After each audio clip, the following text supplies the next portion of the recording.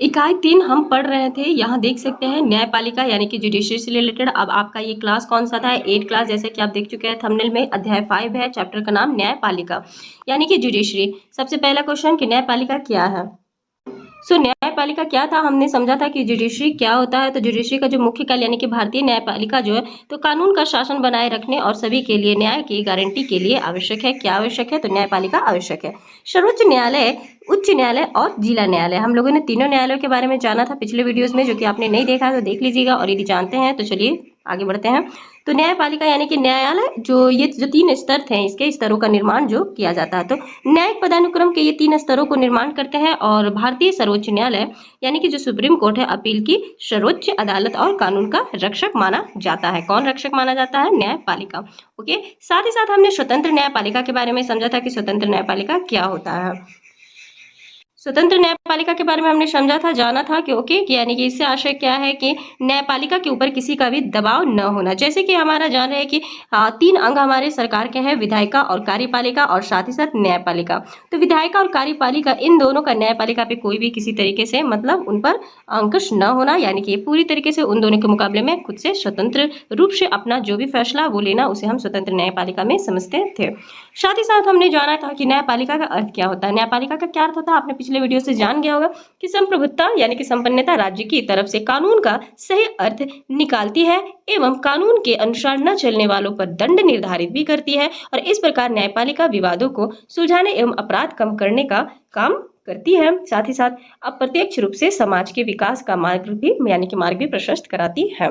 हम जानेंगे इस वीडियो में विधि व्यवस्था की विभिन्न शाखाएं कौन सी हैं और किस प्रकार से फौजदारी कानून और दीवानी कानून क्या होती है। ठीक है, क्योंकि ये भी इंपॉर्टेंट एक पॉइंट है, इन्हें भी आप जान लीजिए। ये जान जाइएगा तो काफी ज्यादा परेशानियां बिल्कुल भी इस चैप्टर से रिलेटेड नहीं होंगी।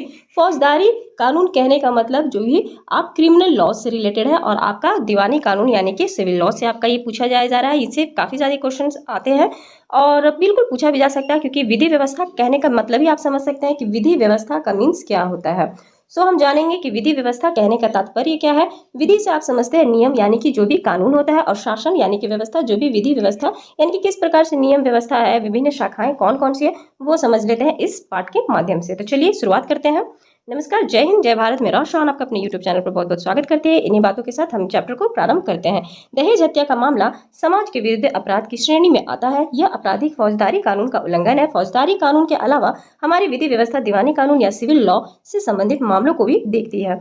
फौजदारी और दीवानी कानून के बीच फर्क को समझने के लिए नीचे दी गई तालिका को देखेंगे। ओके, तो यहाँ पर अभी आपने समझा क्या देखा, जो हमने 2 चीज बातें अभी हमने पढ़ा, विधि व्यवस्था क्या है और इनकी विभिन्न शाखाएं कौन सी है। तो अभी आप इस पैराग्राफ के माध्यम से समझ गए होंगे कि यहाँ पर 2 प्रकार की आपको शाखाएं दी गई हैं। पहला कौन सा यहाँ पर फौजदारी कानून, और दूसरा जो आपके सामने आया वो आया दीवानी कानून। ओके, जो कि विधि व्यवस्था दीवानी कानून यानी कि जिसे हम सिविल लॉ के नाम से भी अंतर्गत जानते हैं, और फौजदारी कानून को हम आपराधिक मतलब कानून के नाम से भी जानते हैं। तो चलिए इन्हें हम और भी अच्छे से डिटेल में समझेंगे नीचे दी गई तालिका के माध्यम से। यहाँ पर आपको फौजदारी कानून के बारे में और देख सकते हैं क्रमशः आपको दीवानी कानून दोनों के बारे में दिया गया है। सबसे पहला पॉइंट आपको बोलता है फौजदारी कानून के बारे में कि यहाँ पर ये ऐसे व्यवहार या क्रियाओं से संबंधित है जिन्हें कानून में अपराध माना गया है। उदाहरण के लिए चोरी, दहेज के लिए और औरत को तंग करना, हत्या आदि, ये सभी के सभी किन में आएंगे? फौजदारी कानून में आपके आएंगे। सेकंड पॉइंट इनका कहता है यानी कि फर्स्ट पॉइंट यदि हम दीवानी कानून के बारे में बात करते हैं तो इसका संबंध व्यक्ति विशेष के अधिकारों के उल्लंघन या अवहेलना से होता है। और उदाहरण के लिए जैसे जमीन की बिक्री, चीजों की खरीदारी, किराया तालिका आदि से संबंधित ये सारी जो है वो सब दीवानी कानून में आपकी आएंगे। ओके, यानी सिविल लॉज के अंदर आएंगे। कहने का तात्पर्य देखिए मेरे प्यारे बच्चों, आप ऐसे समझ गए होंगे फौजदारी कानून यानी क्रिमिनल लॉज, नाम से पता चलता है क्रिमिनल यानी कि क्राइम से रिलेटेड, जो भी क्राइम किया जाया जा रहा है, जैसे यहाँ पर चोरी, दहेज, औरतों को तंग करना या फिर किसी की हत्या करना, ये सारा का सारा आपका फौजदारी कानून के अंतर्गत आता है, जो जिसे हम क्रिमिनल लॉज के रूप में जानते हैं। और साथ ही साथ इसमें आपका सेकंड पॉइंट कहता है कि इसमें सबसे पहले आमतौर पर प्रथम सूचना रिपोर्ट प्राथमिक यानी कि FIR ओके दर्ज कराई जाती है। इसके बाद पुलिस अपराध की जांच करती है, यानी कि अपराध की जांच करती है, और उसके करने के बाद अदालत में केस फाइल की जाती है, यानी कि करती है। थर्ड पॉइंट आपका इसमें क्या कहता है फौजदारी कानून में मेरे प्यारे बच्चों, अगर व्यक्ति दोषी पाया जाता है तो उसे जेल भेजा जा सकता है। और उस पर जुर्माना भी किया जा सकता है। ओके ना, नेक्स्ट पॉइंट आप दीवानी कानून को जस्ट देखिएगा कि सेकंड पॉइंट इसमें क्या बोलता है। तो प्रभावित पक्ष की ओर से न्यायालय में एक याचिका दायर की जाती है अगर मामला किराए से संबंधित है। ये किराए का मामले के बारे में आपको बताया जाए जरा, संबंधित है तो मकान मालिक या किराएदार मुकदमा दायर कर सकता है। सेकंड पॉइंट आपका यहाँ क्या कहता है कि अदालत राहत की व्यवस्था करती है। उदाहरण के लिए अगर मकान मालिक और किराएदार के बीच विवाद है तो अदालत यह आदेश दे सकती है कि किराएदार मकान को खाली कर और बकाया किराया दे। ओके, यानी कि चुका दे। तो देखिए मेरे प्यारे बच्चों, यहाँ पर आपको दो प्रकार के दिए गए, यानी कि फौजदारी और दीवानी। फौजदारी आप सुन के लिए पता चल जाएगा आपको क्रिमिनल लॉ से, यानी कि क्राइम से रिलेटेड। ओके, जो बड़े बड़े होते हैं जिनका आप समझ रहे, चोरी दहेज डकैती, इन सब के लिए आपका किस प्रकार से मतलब कानून व्यवस्था बनाई गई है, उनसे क्या रिलेटेड सजाएं हैं। प्लस आप ये दीवानी कानून को भी जान गए, सिविल लॉस के अंतर्गत जो आता है। साथ ही साथ हम और भी कुछ पढ़ते। देखिए यहाँ आपको एक एग्जांपल दिया कि फौजदारी और दीवानी कानून के बारे में आप जो भी समझ पाए अभी तक, इस तालिका को भरना है। ओके, तो ये आप खुद से भी कर सकते हैं। यहाँ पर देखिए आपके लिए दिया गया उल्लंघन का विवरण बताया गया। ओके, कानून की शाखाएं कौन सी होगी और अपनाई जाने वाली प्रक्रिया आपको इसमें भरने होंगे। तो यहाँ पर कुछ लड़के स्कूल जाते वक्त लड़कियों को हर रोज परेशान करते, ये बताइए किन में आएगा, क्या वो दीवानी कानून के अंतर्गत आएगा या फिर फौजदारी के अंतर्गत। किराए के मकान से मालकिन खाली करने के लिए मजबूर किया जा रहा है तो मकान मालिक के खिलाफ में मुकदमा दायर किया जा रहा है। तो यहाँ पर देखिए किराए से रिलेटेड आपको पूछा जा रहा है सेकंड में। ओके, और ये फर्स्ट में जो है उसमें आपको पूछा जा रहा है। तो यहाँ पर हम देख सकते हैं कि किसमें क्या होगा। सो आप यहाँ फर्स्ट ऑफ ऑल यहाँ पर देख सकते थे कि जो भी बड़े मुकदमे हैं, यानी कि बड़े कोई कानून से रिलेटेड फैसले जो है वो आपका आएगा फौजदारी में, और छोटे छोटे जो आएंगे वो दीवानी कानून में। जैसे कि यहाँ पर दीवानी कानून में किराए से रिलेटेड, तालाक से, खरीदारी से या फिर बिक्री चीजें, ये सब संबंधित जमीन से रिलेटेड। लेकिन आप यहाँ देख सकते हैं चोरी दहेज, औरतों को तंग करना या फिर हत्या। तो आप यहाँ नीचे समझ चुके हैं कि यहाँ पर तंग करने से रिलेटेड क्वेश्चन किया जा रहा है, यानी कि लड़के स्कूल जाते वक्त लड़कियों को हर रोज परेशान करते हैं। तो आप बताइए कौन सी शाखा होंगी फर्स्ट और सेकंड टाइम। ये आपको जो पूछा जाता है किराए से रिलेटेड, जो मकान मालिकन के बारे में इससे पूछा जा रहा है, तो उससे आप बताइए कि ये कैसा, कि मतलब इसमें क्या होगा। तो ऑब्वियसली आप देख करके समझ गए होंगे मेरे प्यारे बच्चों कि फर्स्ट में जो बताया जा रहा है वो कौन सा श्रेणी में जाएगा, वो ऑब्वियसली आपका दीवानी कानून में जाएगा, क्योंकि वो तंग कर रहे हैं लड़कियों को। जो कि यहाँ पर तंग करना सिंपल सी बात है, बोला गया औरतों को तंग करना, ये सारा का सारा फौजदारी कानून में थी। उनके खिलाफ यदि मुकदमा दायर हो जाएगा तो फिर उनको किस प्रकार से दोषी किया जाएगा वो भी यहाँ बता दिया गया। अगर व्यक्ति दोषी पाया जाता है तो उसे जेल भेजा जा सकता है और उस पर जुर्माना भी किया जा सकता है। ये आ गया आपको फौजदारी कानून के अंतर्गत जो अपनाई जाने वाली प्रक्रिया है। प्लस आपको यहाँ पूछता है कि सेकंड वाला जो बोलता है मकान मालिकन वाला, तो वो जान रहे कि दीवानी कानून में आ गया और उसके अंतर्गत अपनाई जाने वाली प्रक्रिया अदालत रहित की व्यवस्था। उदाहरण के लिए मकान मालिक यदि किराए के बीच विवाद को अदालत के आदेश में सबमिट करती है तो उसके लिए क्या करना पड़ेगा, उनको बकाया किराया चुकाना पड़ेगा। तो चलिए हम आगे बढ़ते हैं। यहाँ पर क्या बोलता है कि क्या हर व्यक्ति अदालत की शरण में जा सकता है, ये क्वेश्चन मार्क किया गया आप सभी से कि बताइए कि आप खुद से सोच रहे हैं क्या हर व्यक्ति के लिए अदालत की शरण में जाना मतलब ये मतलब पॉसिबल है या नहीं है, क्या जा सकता है या नहीं जा सकता। तो चलिए इनसे जुड़ी मुख्य बातों को हम जान लेते हैं इस वीडियो के माध्यम से। सिद्धांत ओके क्या कहता है, भारत के सभी नागरिक देश के न्यायालयों की शरण में जा सकते हैं। बिल्कुल कह दिया आपको, बिल्कुल जा सकते हैं। इसका अर्थ यह है कि प्रत्येक नागरिक को अदालत के माध्यम से न्याय मांगने का अधिकार है। ओके, जैसे कि आपने पीछे पढ़ा है कि यानी कि ऊपर पढ़ा है काफी ज्यादा कि हमारे न्यायालय मौलिक अधिकारों की रक्षा में बहुत महत्वपूर्ण भूमिका निभाते हैं। बिल्कुल बिल्कुल न्यायपालिका ही है जो मौलिक अधिकारों का बिल्कुल भी हनन होने नहीं देती है, क्योंकि उनका वो मुख्य तौर पे अच्छे तरीके से पालन करती है। तो इसका पूर्ण रूप से ध्यान रखती है न्यायपालिका। तो यही आपको बोला जा रहा है कि महत्वपूर्ण भूमिका निभाती है। और अगर किसी नागरिक को ऐसा लगता है कि उसके मौलिक अधिकारों का उल्लंघन हो रहा है तो वह न्याय के लिए अदालत में जा सकता है। ओके, तो अदालत की सेवाएं सभी के लिए उपलब्ध है, लेकिन वास्तव में गरीबों के लिए अदालत में जाना काफी मुश्किल साबित होता है। ये भी बात सत्य है ना, गरीब इतनी आसानी से मतलब केस नहीं लड़ सकते अदालत में जाकर के, क्योंकि काफी खर्चा है, समय लगता है ना। ऐसा नहीं कि आज केस चलो हम लोगों ने FIR दर्ज किया, कल के डेट पे अदालत में हुआ, तुरंत मुकदमे का हो गया सब चीज क्लियर। नहीं होता ना क्लियर। आप तो खुद ही पिक्चर में देखे होंगे, पिक्चर्स ये सब एपिसोड्स में ये सब देख करके आप जान चुके होंगे कि अदालत का जो ये सब जो होता है कितनी मुश्किल होती है इन सब में। और गरीबों के लिए तो ये मानिए बहुत ही मुश्किल भरा है, बहुत मुश्किल भरा है। कानूनी प्रक्रिया में न केवल काफी पैसा और कागजी कार्यवाही की जरूरत पड़ती है, बल्कि उसमें समय भी बहुत लगता है। ओके, अभी हमने बात की ना, अगर कोई गरीब आदमी पढ़ना लिखना नहीं जानता है और उसका पूरा परिवार दिहाड़ी मजदूर से चलता है तो अदालत में जाने का और इंसाफ पाने की उम्मीद इसके लिए बहुत ही मुश्किल है। बिल्कुल सही कहा गया है ना, क्योंकि उनके लिए तो मुश्किल है ना मेरे प्यारे बच्चों। इतना आसान नहीं है कि गए और मतलब केस हुआ और फिर अदालत में जाकर लड़ लिए इंसाफ के लिए। बहुत ज़्यादा उन लोगों के लिए तो और भी मुश्किल है, क्योंकि यदि वो अनपढ़ गवार है, पढ़े लिखे नहीं है तो, क्योंकि उन्हें तो कुछ पता ही नहीं नियम कानून को किस प्रकार से किनके पास कैसे प्रोसेस वाइज नहीं पता है। ओके, तो यहाँ बोला जाए जरा आपको आगे साथ में क्या कहता है कि उसका पूरा परिवार मतलब मजदूर हो तो अदालत में जाने के इंसाफ पाने के लिए बहुत ही मुश्किल होता है उन लोगों को। इसी बात को ध्यान में रखते हुए देखिए आपको 1980 में यानी 1980 के दशक में सर्वोच्च न्यायालय ने क्या कहा, जनहित याचिका यानी कि PIL PIL की व्यवस्था विकसित की थी और इस तरह सर्वोच्च न्यायालय ने न्याय तक ज्यादा से ज्यादा लोगों की पहुंच स्थापित करने के लिए प्रयास किया है। न्यायालय यानी कि न्यायालय ने किसी भी व्यक्ति या संस्था को ऐसे लोगों को की ओर से जनहित याचिका दायर करने का अधिकार दिया है जिनके अधिकारों का उल्लंघन हो रहा है। यह याचिका उच्च न्यायालय या फिर सर्वोच्च न्यायालय में दायर की जा सकती है। न्यायालय ने कानूनी प्रक्रिया को बेहद सरल बना दिया है। अब सर्वोच्च न्यायालय या उच्च न्यायालय के नाम भेजे गए पत्र या तार यानी कि टेलीग्राम को भी जनहित याचिका माना जा सकता है। यानी कि अब आप टेलीग्राम के माध्यम से भी मतलब अपनी जो भी प्रॉब्लम्स है वो आप न्यायालय या उच्च न्यायालय सुप्रीम कोर्ट या फिर हाई कोर्ट सुप्रीम कोर्ट जो हमारा इंडिया लेवल का एक होता है जो कि न्यू दिल्ली में है, और जो उच्च न्यायालय जो कि हाई कोर्ट स्टेट लेवल का था। जरूरी नहीं है कि जितने स्टेट है उतने ही हमारा उच्च न्यायालय भी हो, हाई कोर्ट भी, ऐसा है नहीं। कभी कभी ऐसा था कि एक दो या दो तीन स्टेट के एक ही मतलब हाई कोर्ट हो सकते हैं, ऐसा भी है क्योंकि टोटल 28 हाई कोर्ट है हमारे देश में, ओके, भारत देश में। और आप कहेंगे कि 28 कैसे हो गया मैम, हमारे तो राज्य कितने हैं और ये कितने, तो थोड़ा ऐसा है कि वही है दो तीन, जैसे कि हमारे नॉर्थ में देखिएगा, नॉर्थ ईस्ट नॉर्थ में, पूर्वी हमारा उत्तरी पूर्वी एरिया में, तो वहाँ पर जो मेघालय वगैरह ये सब एक दो राज्य, तीन चार राज्यों को मिला करके एक उच्च न्यायालय है स्टेट लेवल का, ओके। तो इन सब कारणों की वजह से मतलब ऐसा नहीं है कि हर एक का एक पॉसिबल ही है, ऐसा नहीं बोल सकते हैं। तो लेकिन फिर भी वो उच्च न्यायालय जो है वो स्टेट लेवल का ही होगा, मैं यही कहना चाह रही हूँ। तो इसमें बोला जा रहा है कि इन सब में आप अपनी यदि कुछ भी न्यायालय को संदेश भेजना चाहते हैं तो आप टेलीग्राम के थ्रू भी भेज सकते हैं। शुरुआती सालों में जनहित याचिका के माध्यम से बहुत सारे मुद्दे पर लोगों को न्यायालय दिलाया गया था, ओके। और साथ ही साथ बंधुआ यानी कि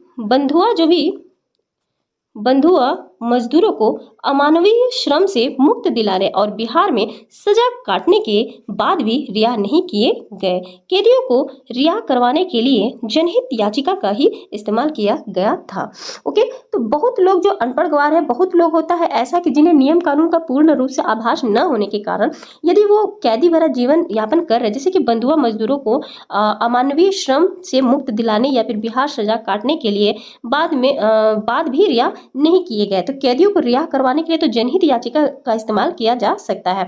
जैसे कि जनहित याचिका क्या है कि जैसे कुछ कैदी ऐसे होते हैं मेरे प्यारे बच्चों जो सजा बेवजह भी काट रहे, जैसे जिनकी जितनी तक होनी चाहिए उनकी वो सजा पूरी भी गई है, लेकिन फिर भी वो काटे जा रहे क्योंकि उन्हें पता ही नहीं कि हमारा हो चुका है कंप्लीटेड, कोई है नहीं छुड़ाने वाला, कोई है नहीं आगे की कार्रवाई करने वाला। तो फिर वो क्या करेंगे, क्या वो पूरी जिंदगी वहीं रहेंगे, पूरा इसी तरीके से करेंगे? कोई तो होना चाहिए ना जो नहीं आया छोड़ा, क्योंकि डायरेक्ट तो आपका पूरा नहीं, डायरेक्ट छोड़ा नहीं जाएगा।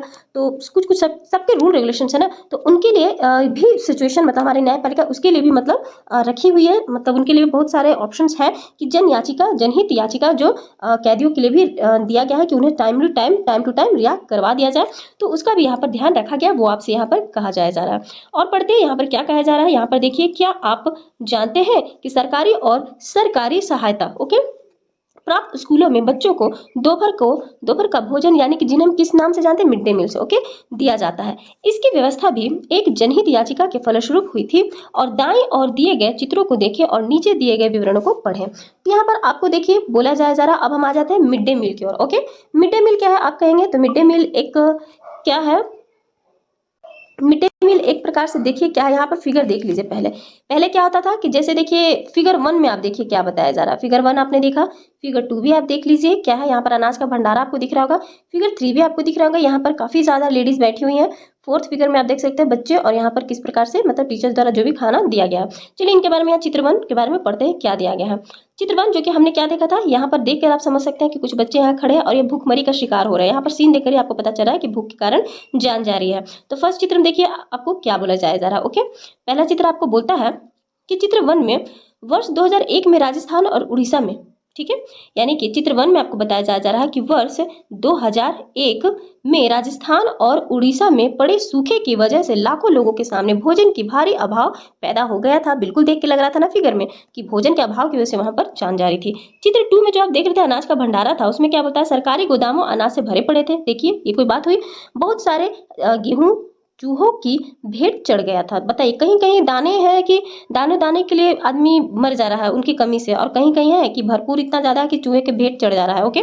थर्ड फिगर देखिए क्या बताता है, थर्ड फिगर में हमने लेडीज लोग को देखा था। तो इस स्थिति में, ओके, इस स्थिति को देखते हुए पीपुल्स यूनियंस यानी कि यूनियंस कॉर सिविल लिबर्टीज यानी कि PUCL, ओके, नामक एक संगठन ने सर्वोच्च न्यायालय में सर्वोच्च न्यायालय में जनहित याचिका दायर की और याचिका में कहा गया था कि संविधान के अनुच्छेद 21 में, कौन सा अनुच्छेद, यहाँ पर अनुच्छेद 21 बोला गया, ध्यान दीजिएगा, अनुच्छेद 21 में दिए गए जीवन के मौलिक अधिकारों में भोजन का अधिकार भी शामिल किया गया है। ओके, यानी कि भोजन का अधिकार जो है वो भी शामिल है और राज्य की इस दलील को भी गलत साबित कर दिया गया है कि उसके पास संसाधन नहीं है। ऐसा नहीं है कि सरकार के पास लोगों को खिलाने पर भी संसाधन है, ऐसा नहीं। कितने सारे अनाज पड़े पड़े खराब हो जाते हैं और वेस्टेज हो जाते हैं, तो वो यदि वो गरीबों के पास चले जाए तो ऑब्वियसली उनका मौलिक अधिकार भी तो प्राप्त होगा ना। भूखों को भी तो खाने के लिए मिलेगा। इंसान को क्या चाहिए, गरीबों को क्या चाहिए, खाने के लिए। खाएगा तब तो वो जीवन यापन करेगा। सिर्फ ऑब्वियसली खाना और थोड़ा सा अपने जीवन। अब सरकार का ये तो नहीं है कि बस अपने अकॉर्डिंग चलते रहे, लोगों की ज़रूरतें क्या, ज़रूरतों को अकॉर्डिंग भी तो चलना चाहिए ना। इसका आधार यह था कि सरकारी गोदाम अनाज से भरे हुए थे और तब सर्वोच्च न्यायालय ने आदेश दिया कि सबको भोजन उपलब्ध कराना राज्य का दायित्व है। कितना अच्छा फैसला लिया गया ना, क्योंकि ऑब्वियसली जब है हमारे पास तो क्या दिक्कत है यदि गरीबों को बढ़ जाए, जिनको खाना नहीं मिल रहा, भुखमरी का शिकार नहीं होंगे ना, खाना मिल जाएगा तो खा लेंगे। पेट भरने के लिए 2 टाइम का खाने के लिए मिल जाएगा, पहनने के लिए, चलो ढंग से रहने के लिए। और इसका फ़ायदा भी तो हमें देखने को मिला ना बच्चों। यह इसका फ़ायदा हमें देखने के लिए मिला कि हमारी साक्षरता दर बढ़ी, लोग बच्चे और भी ज़्यादा पढ़ाई, तो बच्चों की और बढ़ी और हमारे देश के लिए तो और भी अच्छे ना। गरीब पढ़ेंगे तब तो हमारा देश आगे बढ़ेगा ना। 4th नंबर देखिए आपको क्या बोलता है चित्र में। यहाँ बोलता है कि लिहाजा सर्वोच्च न्यायालय में ने सरकार को आदेश दिया कि वह एक रोजगार पैदा करे, राशन की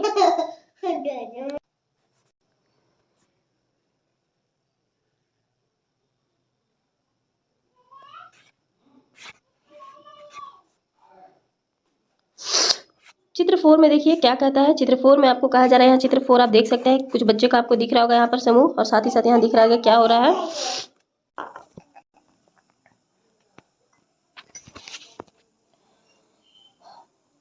हम देख सकते हैं कि 4th में क्या बोला गया है। 4th चित्र में आपको दिखाया गया है, यहाँ पर बच्चों की आप देख सकते हैं, यहाँ पर टोली है और यहाँ पर कुछ एक लेडीज बैठ के सबको खाना दे रही है। चलिए इसके बारे में पढ़ते हैं कि लिहाजा सर्वोच्च न्यायालय ने सरकार को आदेश दिया कि वह नए रोजगार पैदा करे, राशन की सरकारी दुकानों के जरिए सस्ती दर पर भोजन उपलब्ध कराए और बच्चों को स्कूल में दोपहर का भोजन दिया जाना चाहिए और साथ ही साथ यानी कि दोपहर का दिया जाए भोजन। और न्यायालय ने सरकारी क्रियान्वयन के बारे में रिपोर्ट कराने के लिए 2 खाद्य आयुक्तों को भी नियुक्त किया।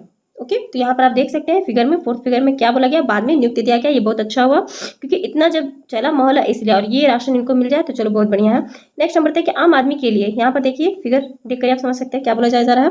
और साथ ही साथ ये आपको बोला गया यहाँ पर कि आम आदमी के लिए अदालत तक पहुंचना ही न्याय तक पहुंचना होता है। ओके, अदालत नागरिकों को मौलिक अधिकारों की व्याख्या में एक अहम भूमिका निभाती है। जैसा कि आपने उपरोक्त उदाहरण में देखा है, अदालत ने ही संविधान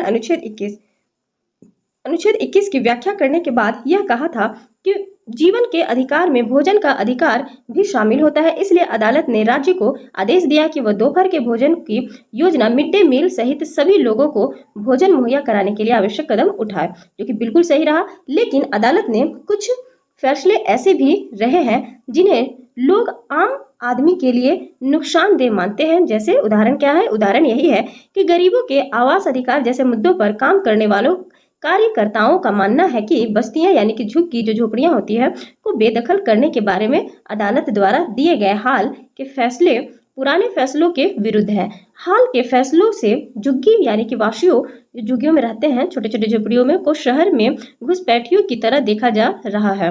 तो देखिए ये भी है, नुकसान भी दिखाया जा रहा है गरीब लोगों को कि इस तरीके से यदि बड़े शहर में है छोटी छोटी झुग्गी, तो देखिए क्या देखने के लिए मिल रहा है। साथ साथ यहाँ पर आपको एक देखिए दिया गया है छोटा सा स्ट्रीट वेंडर्स एक्ट, पथ विक्रेता जो जीविका संरक्षण के पथ विक्रय विनियम अधिनियम यानी 2014 के बारे में पता करने के बारे में दिया गया। साथ ही साथ यहाँ पर आपको क्या बोलता है कि जबकि पहले वाले फैसलों जैसे कि 1985 यानी 1985 में जो कि ओल्गा टेलिस बनाम बम्बई नगर निगम के मुकदमे में दिया गया है, फैसले में झुग्गी वासियों की आजीविका बचाने का प्रयास किया जा रहा था। न्याय तक आम लोगों की पहुंच को प्रभावित करने वाला एक मुद्दा यह है कि मुकदमे की सुनवाई में अदालतें कई साल लगा देती है। इसी देरी को ध्यान में रखते हुए अक्सर यह कहा जाता है कि इंसाफ में देरी यानी इंसाफ का कत्ल। और यही कहा जाएगा, बिल्कुल सही है, जब इतना देरी होता है तो इंसाफ का कत्ल भी हो जाता है ना, क्योंकि उतना मौके में बहुत लोगों को टाइम मिल जाता है अपने आप को मतलब जो गलत है और भी सही चीज़ को ख़त्म करने में, तो इसीलिए बोला जाया जा रहा है एक तरह से।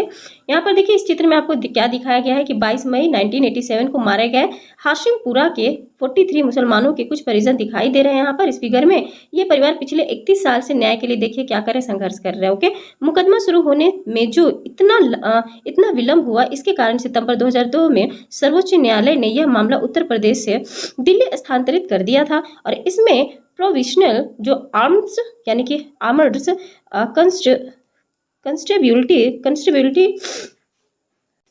और इसमें प्रोविशियल्स आर्म्स कॉन्स्टेबिलिटी यानी कि PAC के 19 लोगों पर हत्या और अन्य आपराधिक मामलों के आरोपों में मुकदमे चलाए थे। इस मुकदमे में 2007 तक केवल 3 गवाहों के बयान दर्ज किए गए थे और अंत में 31 अक्टूबर 2018 को दिल्ली उच्च न्यायालय ने आरोपियों को दोषी ठहराया और 24 मई 2007 को प्रेस क्लब यानी लखनऊ में लिया गया फोटो ये दिखाया जाए जरा आपको।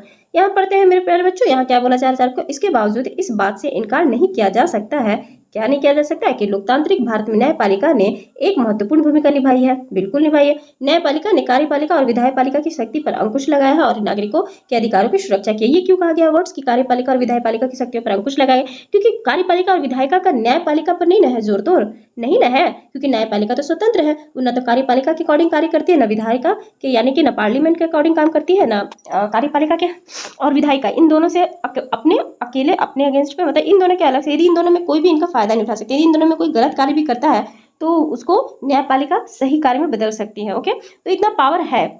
तो वही चीज बताया जा रहा है कि इसमें बताया जा रहा है कि मतलब इन दोनों के संकुश पर और न ही कार्यपालिका और न ही विधायिका अपने अकॉर्डिंग गलत इस्तेमाल कर सकता अपनी शक्तियों का, नहीं कर सकता, क्योंकि पीछे कौन है, पीछे है न्यायपालिका। ओके, जहां गलत हुआ तो फिर ये अपना फैसला सुना देंगे, तो इसलिए बोला रहा है कि शक्तियों पर अंकुश लगाया गया। तो संविधान सभा के सदस्यों ने एक ऐसी न्यायपालिका का बिल्कुल सही सपना देखा था जो पूरी तरह स्वतंत्र हो और यह हमारे लोकतंत्र का एक बुनियादी पहलू है। कितना अच्छा शब्द बोला गया है ना। सो आई होप ये चैप्टर बिल्कुल बहुत अच्छा लगा पढ़ करके। इस चैप्टर में बहुत कुछ सीखने को मिला, जानने को, न्यायपालिका से रिलेटेड कितना अच्छा बात बोला गया ना कि यह हमारे लोकतंत्र का एक बुनियादी पहलू है। बिल्कुल, कौन बुनियादी पहलू है, तो न्यायपालिका। यदि यह न हो, यह स्वतंत्र न हो, यह अपने अकॉर्डिंग न काम करे तो फिर समझ सकते हैं ना कितना बुरा स्थिति हो जाएगा हमारे समाज का, हमारे न्याय व्यवस्था का।